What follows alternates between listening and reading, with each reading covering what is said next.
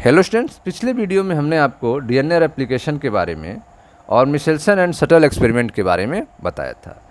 आइए अब हम लोग देखते हैं मैकेनिज्म ऑफ डीएनए रेप्लिकेशन के बारे में। डीएनए का रेप्लिकेशन कैसे होता है इसको हम लोग समझते हैं। Mechanism of DNA replication. DNA replication is necessary. DNA replication होना ये जरूरी है so that the genetic information present in the cell can be pass on to daughter cell following cell division. ठीक है, तो डीएनए का रेप्लिकेशन जो है नेसेसरी है ताकि जेनेटिक इन्फॉर्मेशन जो है सेल के अंदर वह सेल डिवीजन के समय डॉटर सेल में पास हो सके। DNA replication is necessary so that the genetic information present in the cell can be pass on to daughter cell following cell division. ठीक है, तो जैसे जैसे सेल डिवीजन हो जेनेटिक इन्फॉर्मेशन जो है वह डॉटर सेल में पास हो, इसलिए जो है डीएनए रेप्लिकेशन जरूरी होता है। The DNA is copy bye enzyme called DNA polymerase. ठीक है, तो डीएनए की जो एंजाइम कॉपी करता है उस एंजाइम को डीएनए पॉलीमरेजेस कहते हैं। The DNA is copy bye enzymes called DNA polymerases. ठीक है, तो डीएनए को कॉपी करने वाले एंजाइम को डीएनए पॉलीमरेजेस कहते हैं। Which act on single stand DNA synthesising. ठीक है, जो कि डीएनए के सिंगल स्टैंड पे काम करता है। जब डीएनए का सिंथेसाइजिंग होगा तो डीएनए के सिंगल स्टैंड पर डीएनए पॉलीमरेज वर्क करता है। A new stand complementary to the original stand, और जो न्यू स्टैंड तैयार होगा वह ओरिजिनल स्टैंड का कॉम्प्लीमेंट्री होगा। ठीक है, एग्जैक्ट कॉपी नहीं होगा, कॉम्प्लीमेंट्री होगा। कॉपी और कॉम्प्लीमेंट्री में डिफरेंस होता है। ठीक है, तो the DNA is copy bye enzyme called DNA polymerase which act on a single stand DNA synthesising. ठीक है, तो डीएनए सिंथेसाइज के समय यह सिंगल स्टैंड पे काम करेगा। A new stand complementary to the original stand, और जो न्यू स्टैंड तैयार होगा वह ओरिजिनल स्टैंड का कॉम्प्लीमेंट्री होगा। DNA synthesising always occur in the 5 to 3 direction. DNA का जो सिंथेसाइजिंग है, डीएनए का जो फॉर्मेशन है वह हमेशा 5 to 3 डायरेक्शन में होता है। DNA synthesising always occur in the 5 to 3 direction. The mechanism of DNA replication is very similar in most organism.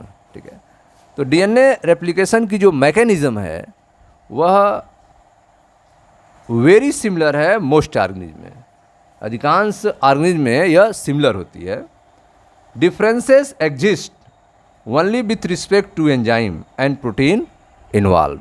जो उनमें डिफरेंसेस होता है वह एंजाइम के रिस्पेक्ट में और प्रोटीन के इन्वॉल्वमेंट के रिस्पेक्ट में ही होता है। Differences exist only with respect to the enzyme and protein involve. ठीक है, तो अब देखते हैं प्रोकैरियोट्स में। In prokaryotes such as E coli, two enzymes DNA polymerase second first and DNA polymerase third are responsible for DNA synthesis. ठीक है, तो पहले हम लोग प्रोकैरियोट्स में पढ़ेंगे। प्रोकैरियोट्स में ऑर्गेनिज्म लिया गया है ई कोलाई, और ई कोलाई में डीएनए फॉर्मेशन के लिए 2 एंजाइम वर्क करते हैं जिनका नाम है DNA polymerase first and DNA polymerase third. तो इन प्रोकैरियोट्स, ठीक है, in prokaryotes such as E coli, 2 enzyme DNA polymerase first and DNA polymerase third are responsible for DNA synthesis. Eukaryotes की अगर बात की जाए, in eukaryotes DNA is replicated by 5 DNA polymerases. Eukaryotes में DNA का replication जो होता है उसमें 5 डीएनए पॉलीमरेज एंजाइम पार्टिसिपेट करते हैं। In eukaryotes, DNA is replicated by 5 DNA polymerases. मरेजेस, जिन्हें alpha, beta, gamma, delta, epsilon कहा जाता है। ठीक है, alpha, beta, gamma, delta, epsilon. Replication fork, जहाँ से रेप्लिकेशन स्टार्ट होता है, ठीक है, जहाँ से डीएनए खुलता है, ठीक है, उस पार्ट को रेप्लिकेशन फोर्क कहा जाता है। Replication fork is where the helix unwind, जहाँ से डीएनए हेलिक्स अनवाइंड होगा, जहाँ से डीएनए हेलिक्स खुलेगा।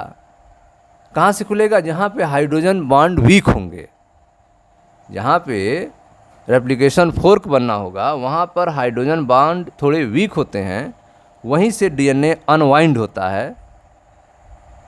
उस पॉइंट को रेप्लिकेशन फोर्क कहा जाता है। तो replication fork where the helix unwind and new DNA is synthesise is called the replication fork. ठीक है, तो वहाँ से डीएनए जो है अनवाइंड होता है और डीएनए की सिंथेसिस स्टार्ट होती है, जिसे रेप्लिकेशन फोर्क कहा जाता है। तो replication fork is where the helix unwinds. ठीक है, तो रेप्लिकेशन फोर्स वे जगह होते हैं जहाँ पे हेलिक्स अनवाइंड होता है and new DNA is synthesise is called the replication fork, और वहाँ से न्यू डीएनए जो है सिंथेसाइज होना स्टार्ट होता है और उसे ही रेप्लिकेशन फोर्क कहते हैं। At the replication fork a number of distinct event occur. ठीक है, तो जब रेप्लिकेशन फोर्क पे डीएनए सिंथेसाइज होना स्टार्ट होगा तो बहुत सारे इवेंट्स होते हैं। At the replication fork number of distinct event occur, वहाँ पे बहुत सारे वर्क होते हैं, इवेंट होते हैं। ठीक है, तो सबसे पहले हम लोग देखते हैं अनवाइंडिंग के बारे में। ठीक है, जहाँ पे रेप्लिकेशन फोर्क बनेगा, डीएनए के स्टैंड खुलेंगे, उसके बारे में। कहाँ खुलेंगे? अनवाइंडिंग। समझे ध्यान से। The old stand that make up the parent DNA molecule are unwound. ठीक है, तो जो ओल्ड स्टैंड होंगे वह आपके खुलेंगे। ठीक है, the old stands that make up the parent DNA molecule. ठीक है, जो ओल्ड स्टैंड है जिन्हें पेरेंट डीएनए मॉलिक्यूल ने तैयार किया है, आर अनवाउंड। ठीक है, वह खुलेंगे। एंड अनजिप्ड। ठीक है, अनजिप्ड होंगे, जो बंद थे वे अब खुलेंगे। That is the weak hydrogen bond between the paired base are broken. ठीक है, जो बेस पेयर के बीच में वीक हाइड्रोजन बॉन्ड्स हैं वे टूटेंगे by the action of special enzyme called helicase. ठीक है, तो आप देख रहे हैं कि यहाँ पर एक स्पेशल एंजाइम है जिसे हेलिकेज कहते हैं। इस हेलिकेज की वजह से अनवाउंड किया जाएगा, अनजिप किया जाएगा ओल्ड स्टैंड को, जो कि पेरेंट डीएनए मॉलिक्यूल में है। तो the old stand that make up the parent DNA molecule are unwound and unzipped. The weak hydrogen bond between the pair base are broken by the action of special enzyme called helicase।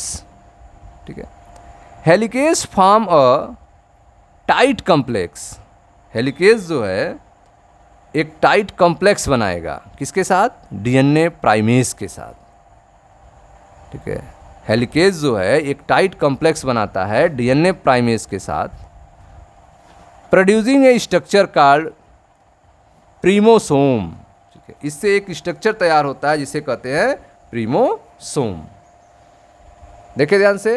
तो अभी आपने देखा कि unwind के लिए, unzip के लिए एक स्पेशल एंजाइम की ज़रूरत होती है जिसे कहते हैं हेलिकेज। ठीक है, यहाँ देखें डीएनए हेलिकेज है एंजाइम, जो कि अनजिप्ड के लिए, अनवाइंड के लिए ज़रूरी होता है।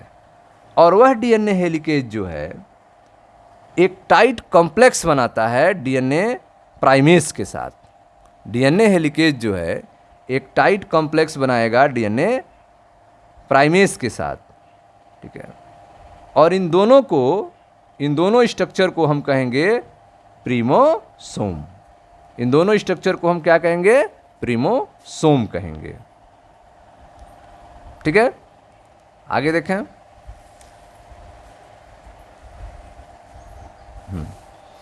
तो आपने देखा helicase form a tight complex with DNA primase producing a structure called primosome following separation of the stand. ठीक है, स्टैंड्स का जो है सेपरेशन होगा, अलगाव होगा single standard DNA binding protein, single standard DNA binding protein attack to the DNA. DNA से attach हो जाएंगे SSB protein, single standard DNA binding protein. यह क्या होंगे, डीएनए से अटैच हो जाएंगे, जुड़ जाएंगे and prevent the double helix from reforming. ठीक है, और डीएनए हेलिक्स जो कि खुला हुआ है वह फिर से बाइंडिंग न हो जाए, उसको रोकने का काम करेंगे। एसएसबी प्रोटीन जो है खुले हुए डीएनए स्टैंड को अनवाइंडिंग हुए डीएनए स्टैंड को वाइंडिंग होने नहीं देंगे, उनको रोके रखेंगे। कौन, single standard DNA binding protein.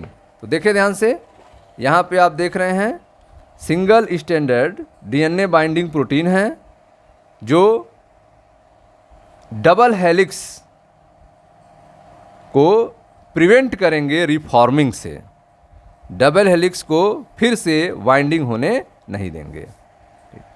तो आप देख रहे हैं कि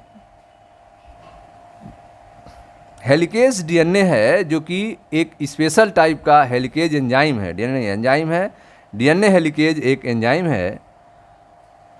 ठीक है, जो अनवाइंडिंग की प्रोसेस को स्टार्ट करता है। वीक हाइड्रोजन बॉन्ड होते हैं, वहाँ पे अनवाइंडिंग प्रोसेस स्टार्ट होती है, जिस पॉइंट को रेप्लिकेशन फोर्क कहा जाता है। और यह डीएनए हेलिकेज डीएनए प्राइमेस से एक टाइट बॉन्ड बनाता है और इन दोनों को प्राइमोसोम कहा जाता है। ठीक, अब यह जब डीएनए स्टैंड खुल जाते हैं तो यह फिर से रिफॉर्म न हो, खुले रहें, इसके लिए जो है single standard DNA binding protein होती है, जिन्हें हम एसएसबी प्रोटीन भी कहते हैं, जो कि डीएनए से अटैच हो जाती है, attach to the DNA and prevent the double helix from reforming. Reforming से रोकने का काम करती है एसएसबी प्रोटीन। ठीक है, अब यहाँ आप देख रहे हैं कि डीएनए के धागे जो हैं खुल चुके हैं और इसमें दो स्टैंड हैं। ठीक है, इसमें आपके एक लीडिंग है और एक लैगिंग है। एक स्टैंड पे आप देख रहे हैं कि लगातार जो है कंटिन्यूअस डीएनए को कॉपी किया जा रहा है और एक स्टैंड पे आप देख रहे हैं डीएनए की कॉपी जो है वह थोड़े थोड़े, ठीक है, स्मॉल पार्ट में किया जा रहा है। ठीक है, तो जहाँ पे कंटिन्यूअस कॉपी की जाती है उसको लीडिंग स्टैंड कहा जाता है और जहाँ पे छोटे छोटे पार्ट में कॉपी हो रही है उसे लैगिंग स्टैंड कहा जाता है। ठीक है, तो आप देख रहे हैं कि डीएनए में जो कॉपी हो रही है उसमें दो स्टैंड बन रहे हैं, एक लीडिंग स्टैंड और एक लैगिंग स्टैंड। ठीक है, तो यह आपका आप देख रहे हैं जो कि 3 to 5 जो आपका पेरेंटल डीएनए का स्टैंड है वो 3 to 5 है और जो कॉपी हो रही है वो 5 to 3 हो रही है, 5 to 3 हो रही है, कंटिन्यूअस कॉपी हो रही है जो कि आपका लीडिंग स्टैंड है। और जो लैगिंग स्टैंड है उसमें कॉपी का डायरेक्शन आप देख रहे हैं, ठीक है, कॉपी का डायरेक्शन उल्टा है ऊपर वाले स्टैंड की तुलना में। पेरेंटल डीएनए का जो डायरेक्शन है वो 5 to 3 है, इसमें ऊपर वाले में 3 to 5 था लेकिन नीचे वाले में आप देख रहे हैं 5 to 3 है। और जो सिंथेसाइज हो रहा है वह, ठीक है, 5 to 3 डायरेक्शन में सिंथेसाइज हो रहा है। ठीक, तो देखते हैं ध्यान से। तो दो स्टैंड हो गए आपके, एक हो गए आपके लीडिंग और एक हो गए lagging stand. Synthesis of DNA by DNA polymerase. ठीक है, डीएनए का सिंथेसिस जो है डीएनए पॉलीमरेज के द्वारा अकर ओनली इन 5 to 3 डायरेक्शन। ठीक है, वह केवल 5 to 3 डायरेक्शन में ही होता है। डीएनए का सिंथेसिस डीएनए पॉलीमरेज के द्वारा 5 to 3 डायरेक्शन में ही होता है। ठीक है, the stand of double helix run in opposite direction. Double helix के जो स्टैंड होते हैं वे अपोजिट डायरेक्शन में रन करते हैं। One stand run 5 to 3 and other is 3 to 5। एक स्टैंड जो है वह 5 to 3 डायरेक्शन में रन करता है और दूसरा स्टैंड जो है 3 to 5 डायरेक्शन में रन करता है। और आप देख रहे हैं कि डीएनए का जो सिंथेसिस है, जो कि डीएनए पॉलीमरेज एंजाइम करता है, वह केवल 5 to 3 डायरेक्शन में ही वर्क करता है। और डीएनए का डबल हेलिक्स जो है उसका जो स्टैंड है वह अपोजिट डायरेक्शन में होते हैं। एक स्टैंड 5 to 3 होता है और दूसरा 3 to 5 होता है। और जो सिंथेसिस प्रोसेस के लिए जो एंजाइम है पॉलीमरेज, वो केवल एक ही डायरेक्शन में कर रहा है 5 to 3। One stand called the leading stand. एक स्टैंड को लीडिंग स्टैंड कहते हैं। Is copy in the same direction as the unwinding helix and so can be synthesise continuously. ठीक है, तो एक स्टैंड जिसको लीडिंग स्टैंड कहते हैं, इसकी कॉपी जो है सेम डायरेक्शन में होती है। जैसे वह अनवाइंडिंग हेलिक्स के रूप में खुला था, उसी डायरेक्शन में कॉपी स्टार्ट हो जाती है। And so can be synthesise continuously. और यहाँ पे सिंथेसाइज जो है डीएनए का लगातार होता रहता है, कंटिन्यूअस होता रहता है। The other stand known as lagging stand. जबकि दूसरे स्टैंड जो है उसे लैगिंग स्टैंड कहते हैं। Is synthesised in the opposite direction. यहाँ पे जो सिंथेसाइज होता है वो अपोजिट डायरेक्शन में होता है। And must be copy discontinuously. और यहाँ पे कॉपी जो है डिसकंटिन्यूअस होता है, लगातार नहीं होता है, छोटे छोटे पार्ट में होता है। रिजल्टिंग इन ओकाजाकी फ्रेगमेंट, जिससे जो है ओकाजाकी फ्रेगमेंट तैयार होते हैं। ठीक है, तो एक डायरेक्शन में आप देख रहे हैं डीएनए स्टैंड के, जो कि 5 to 3 डायरेक्शन है, वहाँ पे कंटिन्यूअस कॉपी हो रही है जो डीएनए पॉलीमरेज के द्वारा किया जा रहा है। और एक दूसरा स्टैंड है जिसमें कॉपी जो है अपोजिट डायरेक्शन में हो रहा है और यह डिसकंटिन्यूअस हो रहा है। डिसकंटिन्यूअस होने से जो फ्रेगमेंट तैयार हो रहे हैं उन्हें ओकाजाकी फ्रेगमेंट कहा जाता है। इस ओकाजाकी फ्रेगमेंट की डिस्कवरी जो है रेजी ओकाजाकी ने 1968 में किया था। उन्हीं के नेम पर इसको ओकाजाकी फ्रेगमेंट कहा जाता है। तो देखें फिगर में, तो आप देख रहे हैं कि एक जो स्टैंड है उस पर कंटिन्यूअस कॉपी हो रही है 5 to 3 डायरेक्शन में। ठीक है, डीएनए पॉलीमरेज थर्ड के द्वारा।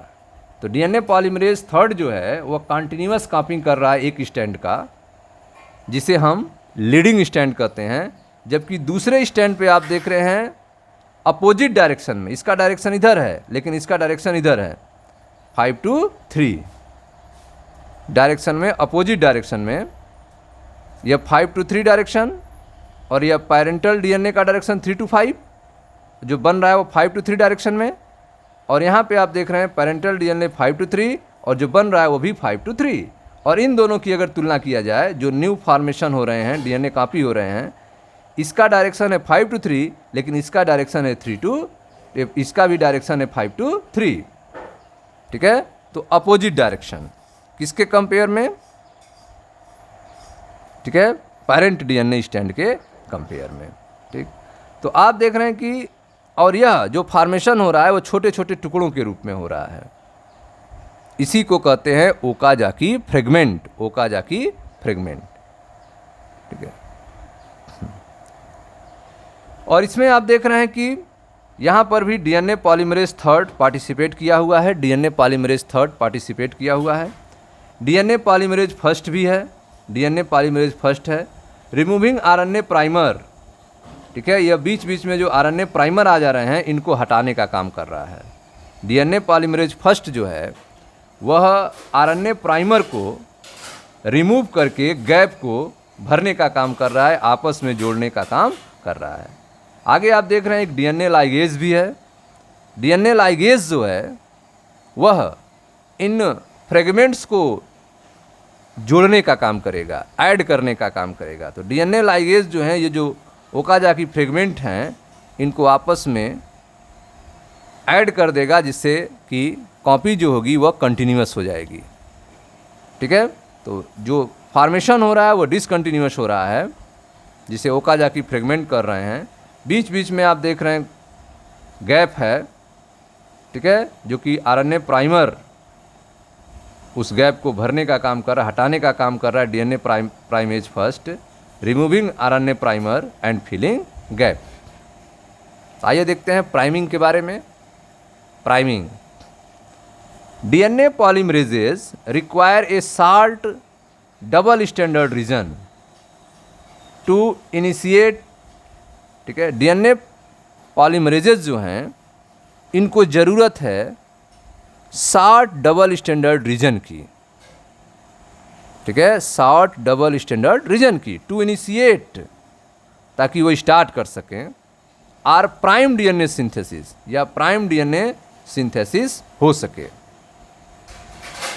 This is produced by an RNA polymerase called primase. ठीक है, इसे तैयार करता है आरएनए पॉलीमरेज, जिसे हम केवल प्राइमेज भी कहते हैं। ठीक है, which is able to initiate synthesis on single stand DNA, जिसमें यह क्षमता होती है कि वह सिंगल स्टैंडर्ड डीएनए में सिंथेसिस को स्टार्ट कर सके।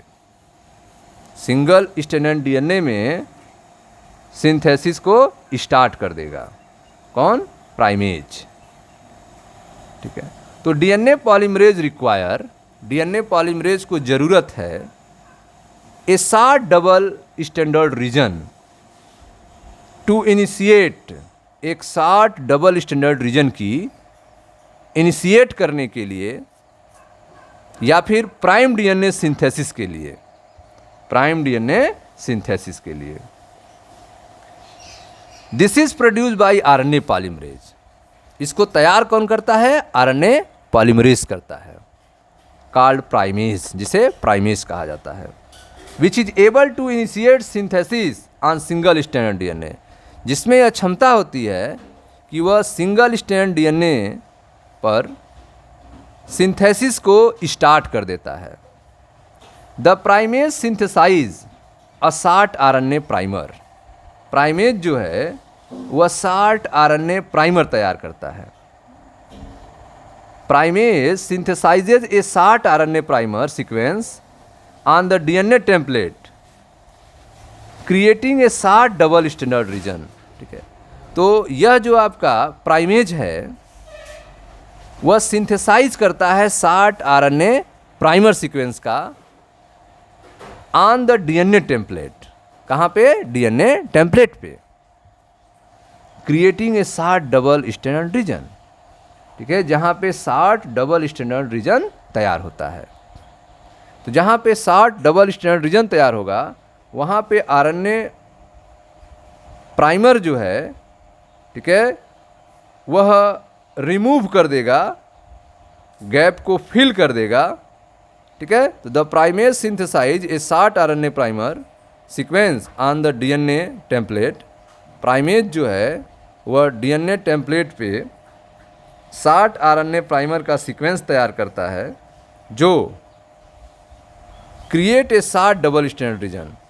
ठीक है, जो शॉर्ट डबल स्टैंडर्ड रीजन पे क्रिएट होता है। आगे देखें, in E coli DNA polymerase third then synthesizes DNA beginning at the RNA primer. E coli की अगर बात की जाए तो उसमें डीएनए पॉलीमरेज थर्ड जो है, ठीक है, सिंथेसाइज करता है DNA beginning eight RNA primer. ठीक है, आरएनए प्राइमर के रूप में डीएनए जो है स्टार्ट करता है। पॉलीमरेज थर्ड जो है synthesising DNA beginnings eight the RNA primer.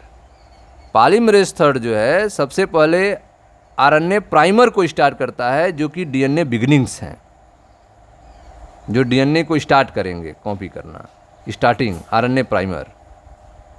In E coli DNA polymerase third then synthesise DNA beginning at the RNA primer. On the lagging stand synthesis end. Lagging stand पे synthesis जो है समाप्त हो जाएगा। कब? When the next RNA primer is encountered. ठीक है, जब नेक्स्ट आरएनए प्राइमर मिल जाएगा उस समय लैगिंग स्टैंड पर डीएनए सिंथेसिस रुक जाएगा। On the lagging stand synthesis end when the next RNA primer is encountered. तो नेक्स्ट आरएनए प्राइमर के मिलते ही लैगिंग स्टैंड पे डीएनए सिंथेसिस रुक जाता है। ठीक है, तो यहाँ पर आप देख रहे हैं कि आरएनए प्राइमर है, आरएनए प्राइमर है, यहाँ से कॉपी होना स्टार्ट हुआ है। डीएनए पॉलीमरेज थर्ड कॉपी करना स्टार्ट किया है ओकाजाकी फ्रेगमेंट के रूप में, आगे बढ़ रहा है। और यहाँ पे आप देख रहे हैं कि आरएनए प्राइमर मिल गया है, आरएनए प्राइमर मिल गया है। तो यह पहला आरएनए प्राइमर है, तो इसको रिमूव किया जाएगा डीएनए पॉलीमरेज फर्स्ट के द्वारा, फिर कॉपी स्टार्ट होगी और अगला जो ही आरएनए प्राइमर मिलेगा, ठीक है, तो लैगिंग स्टैंड पे कॉपी होना बंद हो जाएगा। और उसके बाद जो भी फ्रेगमेंट होंगे उनको डीएनए लाइगेज के द्वारा जोड़ दिया जाएगा। देखें ध्यान से। तो आपने देखा कि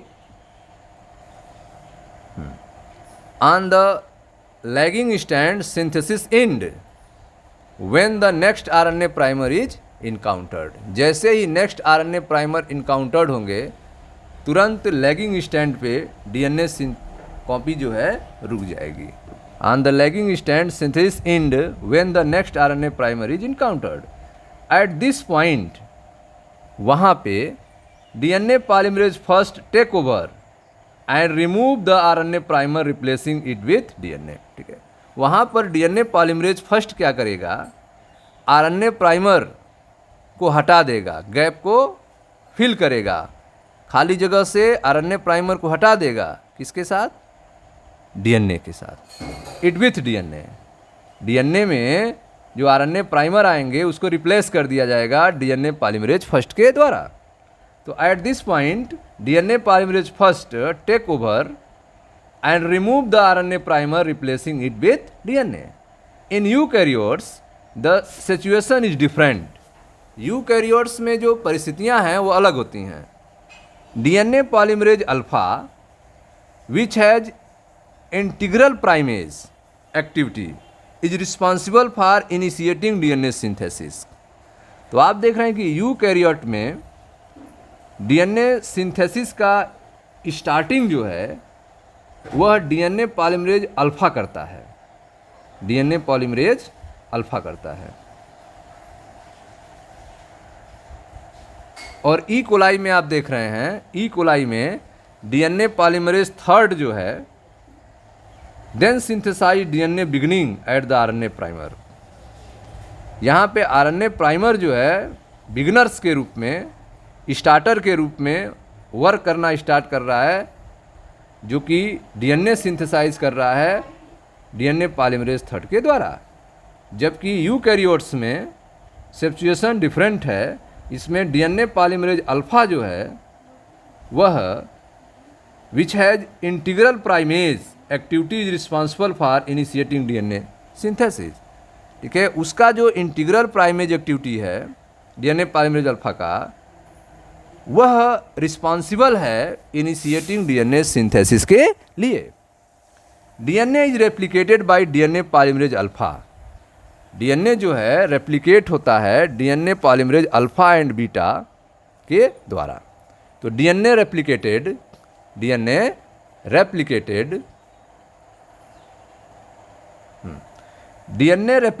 bye DNA polymerase alpha and beta with alpha synthesizing the lagging strand।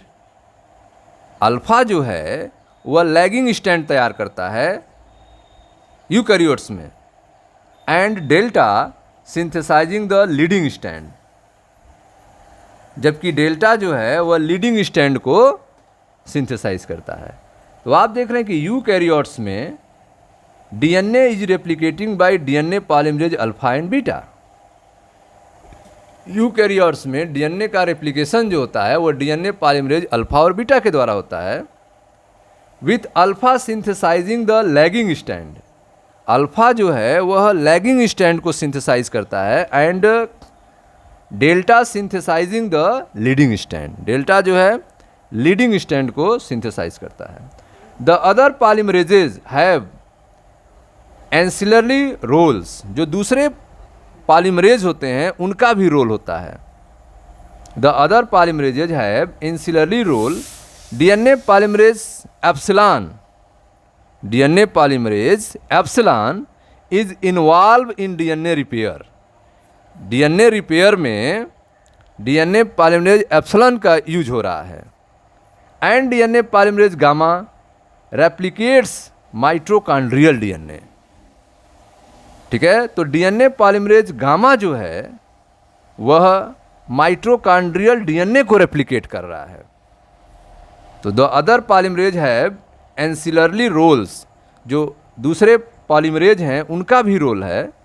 DNA polymerase epsilon is involve in DNA repair. DNA polymerase epsilon जो है वह डीएनए रिपेयर में इन्वॉल्व हो रहा है। And DNA polymerase gamma replicates mitochondrial DNA. यह mitochondrial DNA को replicate करता है। ठीक, अब आते हैं ज्वाइनिंग की बात। जो लैगिंग स्टैंड पे फ्रेगमेंट तैयार होते हैं उनको ज्वाइन किया जाता है, आपस में जोड़ा जाता है।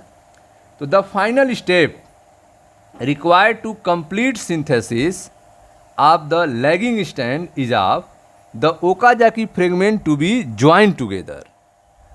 ठीक है, तो जो फाइनल स्टेप होता है लैगिंग स्टैंड पे, ओकाजाकी फ्रेगमेंट को एक साथ जोड़ा जाता है, एक एक के बाद जोड़ा जाता है by फास्फोडाइएस्टर bond which is carried out by A DNA ligase, जो कि डीएनए लाइगेज एंजाइम के द्वारा कैरी किया जाता है। ठीक है, तो the final step required to complete synthesis of lagging stand is for Okazaki fragment to be joined together by phosphodiester bond which is carried out by a DNA ligase। ठीक है स्टूडेंट्स, अब हम लोग देखेंगे DNA replication in prokaryotes. Prokaryotes में DNA replication कैसे होता है, फिर यूकैरियोट्स में देखेंगे। तो पहले प्रोकैरियोट्स में देखते हैं। Circular bacterial DNA molecule and linear eukaryotic chromosome are replicated differently. Prokaryotes में डीएनए रेप्लिकेशन की अगर बात की जाए तो उसमें जो डीएनए है वह सर्कुलर बैक्टीरियल डीएनए है। तो circular bacterial DNA molecule and linear DNA molecule जो कि यूकैरियोट में पाया जाता है, eukaryotic chromosome are replicated differently. दोनों में अलग अलग तरह से रेप्लिकेशन होता है। यूकैरियोटिक क्रोमोसोम जो कि लीनियर है उनका जो रेप्लिकेशन है वो अलग होता है, और सर्कुलर बैक्टीरियल डीएनए मॉलिक्यूल जो है उसका रेप्लिकेशन अलग होता है। तो circular bacterial DNA molecule and linear eukaryotic chromosome are replicated differently. Circular DNA molecule are replicated from a single origin. Circular DNA molecules जो कि बैक्टीरिया में है वह सिंगल ऑरिजिन से रेप्लिकेट स्टार्ट होता है। Circular DNA molecule are replicated from a single origin from which two replication fork progress in opposite direction. ठीक है, इसमें जो है दो रेप्लिकेशन फोर्क अपोजिट डायरेक्शन में प्रोग्रेस होते हैं, resulting in an intermediate form. और इसका रिजल्ट होता है कि एक इंटरमीडिएट बनता है theta. Circular DNA molecule are replicated from a single origin from which two replication fork progress in opposite direction resulting in an intermediate theta form. तो आप देख रहे हैं कि बैक्टीरियल डीएनए जो कि सर्कुलर होता है, उसमें रेप्लिकेशन जो है सिंगल ओरिजिन से स्टार्ट होता है और यह अपोजिट डायरेक्शन में 2 रेप्लिकेशन फोर्क के रूप में प्रोग्रेस होता है और जिसके परिणाम स्वरूप इंटरमीडिएट थीटा बनता है। Replication fork progress in both direction eventually meeting and merging. ठीक है, तो रेप्लिकेशन फोर्क जो है वह दोनों डायरेक्शन में होते हैं, meeting and merging. Replication fork progress in both direction eventually meeting and merging. Unwinding of A double helix produces super coiling of circular DNA molecule which is removed by topoisomerase first। ठीक है, तो double helix का जो unwinding है, super coiling है circular DNA का, ठीक है, उसके लिए मॉलिक्यूल की ज़रूरत है जो रिमूव करता है, उसे कहते हैं topoisomerase first. Topoisomerase first. Unwinding of double helix produces super coiling of circular DNA molecule. ठीक है, जो double helix super coiling circular DNA molecule हैं उनको अनवाइंडिंग करना है, उनको खोलना है, which is removed by topoisomerase first, जो कि टोपोआइसोमरेज फर्स्ट के द्वारा रिमूव किया जाता है। Unwinding of double helix produces super coiling of circular DNA molecule which is removed by topoisomerase first। Replication of circular DNA produces interlock daughter molecule। जो circular DNA का replication हो रहा है उसको इंटरलॉक किया जाएगा डॉटर मॉलिक्यूल के द्वारा। Replication of circular DNA produces interlock daughter molecule which are separated by topoisomerase second, जो कि टोपोआइसोमरेज सेकेंड के द्वारा अलग होंगे, सेपरेट होंगे। तो replication of circular DNA produce interlock daughter molecule which are separate by topoisomerase second. ठीक है, तो ये था आपका डीएनए रेप्लिकेशन इन प्रोकैरियोट। अब हम लोग देखेंगे डीएनए रेप्लिकेशन इन यूकैरियोट्स के बारे में। यूकैरियोट्स में डीएनए का रेप्लिकेशन कैसे होता है इसको हम लोग समझेंगे। तो आइए समझते हैं DNA replication in eukaryotes. Cell division in eukaryote occur as a series of phase known as the cell cycle. Eukaryotes में सेल डिवीजन जो होता है वह कई फेज में होता है, सीरीज ऑफ फेज में होता है, जिसको हम सेल साइकिल के नाम से जानते हैं। तो cell division in eukaryote occur as a series of phases known as cell cycle. DNA replication takes place during S phase of interphase of cell cycle. DNA replication जो होता है वह सेल साइकिल के एस फेज में होता है। DNA replication takes place during S phase of interphase of cell cycle. तो cell cycle के इंटरफेज में जो कि एस फेज कहलाता है, उस स्टेज में डीएनए का रेप्लिकेशन होता है। Semi conservative mode of replication of eukaryotic chromosome was presented in 1957 by Herbert Taylor, Philip Woods and Walter Hughes. ठीक है, तो आप देख रहे हैं कि यूकैरियोटिक क्रोमोसोम में जो रेप्लिकेशन होगा वह सेमी कंजर्वेटिव मोड में होता है। Semi conservative mode of replication of eukaryotic chromosome was presented by 1957 by Herbert Taylor, Philip Wood and Walter ह्यूगेंस, who experimented with root tip of the broad bean Vicia faba। तो आप देख रहे हैं कि Vicia faba के root tip पर उन्होंने एक्सपेरिमेंट किया था। किसने? हर्बर्ट टेलर, फिलिप वुड और वाल्टर ह्यूगेंस ने। इन्होंने बताया कि यूकैरियोटिक क्रोमोसोम में जो रेप्लिकेशन होता है वो सेमी कंजर्वेटिव मोड में होता है। Labelled with DNA with S thymidine, ठीक है, उन्होंने डीएनए को लेबल किया एस थाइमिडीन और radio active precursor of DNA and performing auto radiography, ठीक है। तो इसके लिए उन्होंने डीएनए को लेबल करने के लिए एस थाइमिडीन का यूज किया। डीएनए को देखने के लिए उन्होंने एस थाइमिडीन का यूज किया, जो कि एक रेडियो एक्टिव प्रिकर्सर है डीएनए का, और ऑटो रेडियोग्राफिक प्रोसेस के द्वारा इसको परफॉर्म किया गया था। तो semi conservative mode of replication in eukaryotic chromosome was presented in 1957 by Herbert Taylor, Philip Wood and Walter Huygens, who experimented with the root tip of the broad bean Vicia faba, labeled with DNA with 3S thymidine, a radioactive precursor of DNA, and performing auto radiography. Due to the extreme length of eukaryotic chromosome, eukaryotic chromosome की लंबाई जो है बड़ी होती है, DNA replication must be initiated at multiple origin.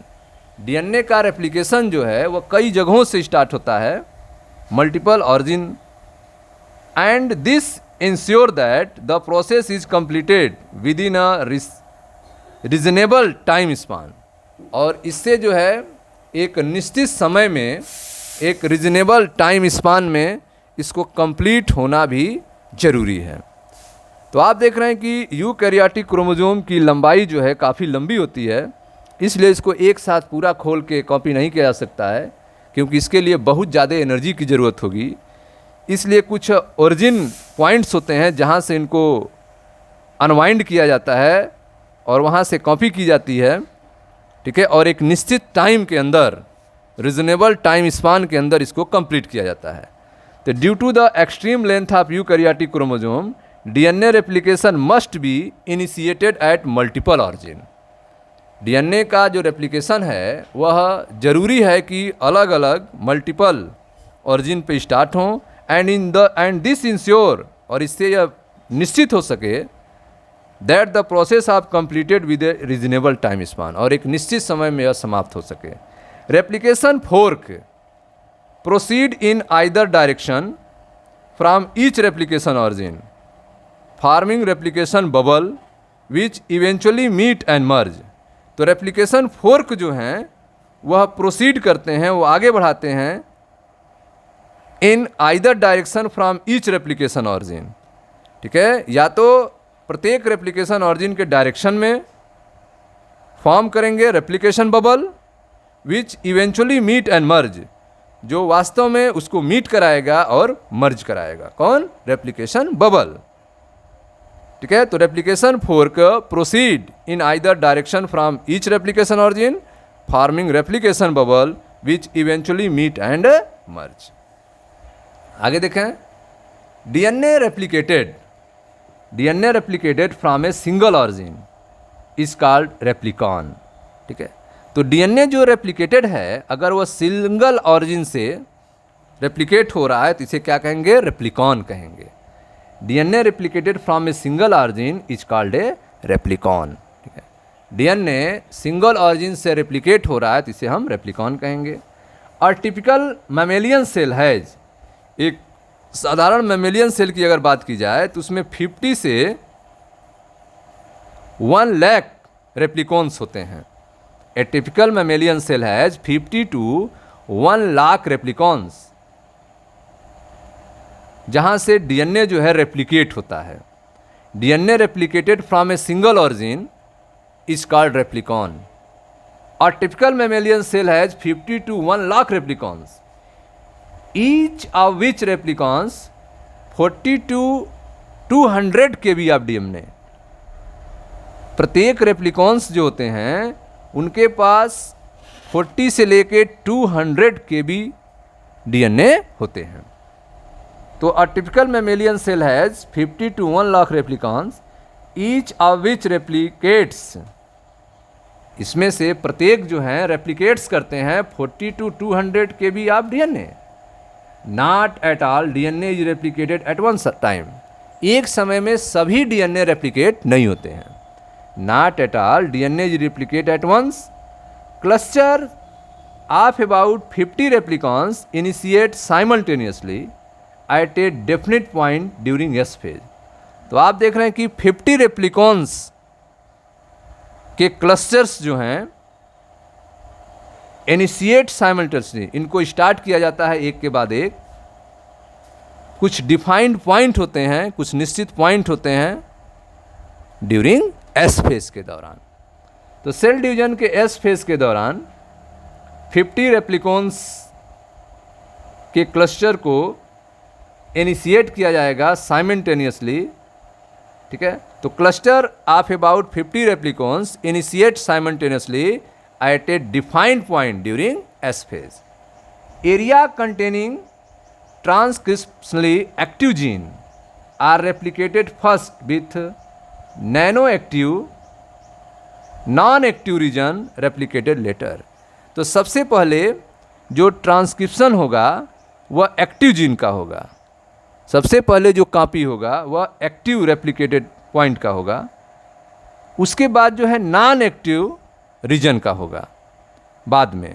तो area containing transcriptionally active genes are replicated first, तो सबसे पहले रेप्लिकेट किया जाएगा जहाँ पे एक्टिव जीन्स होंगे, with non active gene replicate later, और जो नॉन एक्टिव जीन्स हैं उनको बाद में रेप्लिकेट किया जाएगा। तो area containing transcriptionally active gene are replicated first with non active region replicated later. Special strategy are required to replicate the end of chromosome, ठीक है। तो जब क्रोमोजोम की समाप्ति होगी, एंड ऑफ क्रोमोजोम होगा, तो वहाँ पे स्पेशल स्ट्रेटजी की ज़रूरत होती है। Special strategy are required to replicate the end of chromosome. Chromosome के एंड पे स्पेशल स्ट्रेटजी की ज़रूरत होती है। Telomerase, telomerase adds non coding sequence. Telomerase जो है वह नॉन कोडिंग सीक्वेंस को जोड़ने का काम करता है। That allow replication of chromosome and, ठीक है, जिसको अलाउ किया जाता है रेप्लिकेशन के लिए जब क्रोमोजोम एंड्स होगा, जब क्रोमोजोम की समाप्ति होगी। तो telomeres add non coding sequence, telomerase जो है नॉन कोडिंग सीक्वेंस को ऐड करेगा। That allow replicate of chromosome and, ठीक है, जब क्रोमोजोम एंड्स होंगे तब, ठीक है। तो इस तरह से आपने डीएनए रेप्लिकेशन देखा यूकैरियोट्स में, डीएनए रेप्लिकेशन देखा प्रोकैरियोट्स में, ठीक है। यहाँ पर न्यूक्लिक एसिड के बारे में, इन विट्रो सिंथेसिस के बारे में बताया गया है। आर्थर कोरनबर्ग थे जो 1958 में डीएनए पॉलीमरेज फर्स्ट को आइसोलेट किया था, अलग किया था ई कोलाई से, ठीक है। आर्थर कोरनबर्ग ने डीएनए पॉलीमरेज फर्स्ट को ई कोलाई से अलग किया था। इनको नोबेल प्राइज टू सर्वीरो ओकोया जो कि स्पेन के हैं, आर्थर कोरनबर्ग जो कि यूएसए के हैं, were awarded in 1959 for artificial synthesis of RNA and DNA. इन्होंने आर्टिफिशियल तरीके से आरएनए और डीएनए को तैयार किया था। किसने? सर्वेरो ओकोया और आर्थर कोरनबर्ग ने, ठीक है। सर्वो कोकोया स्पेन के थे, आर्थर कोरनबर्ग यूएसए के थे, ठीक है। इनको 1959 में आरएनए और डीएनए आर्टिफिशियल सिंथेसाइज करने के लिए नोबेल प्राइज़ मिला था। आर्थर कोरनबर्ग जो हैं 1958 में डीएनए पॉलीमरेज फर्स्ट को ई कोलाई से आइसोलेट किया था, अलग किया था। ठीक है स्टूडेंट्स, मिलते हैं नेक्स्ट वीडियो में जहाँ पर अगले टॉपिक की चर्चा की जाएगी। Thank you.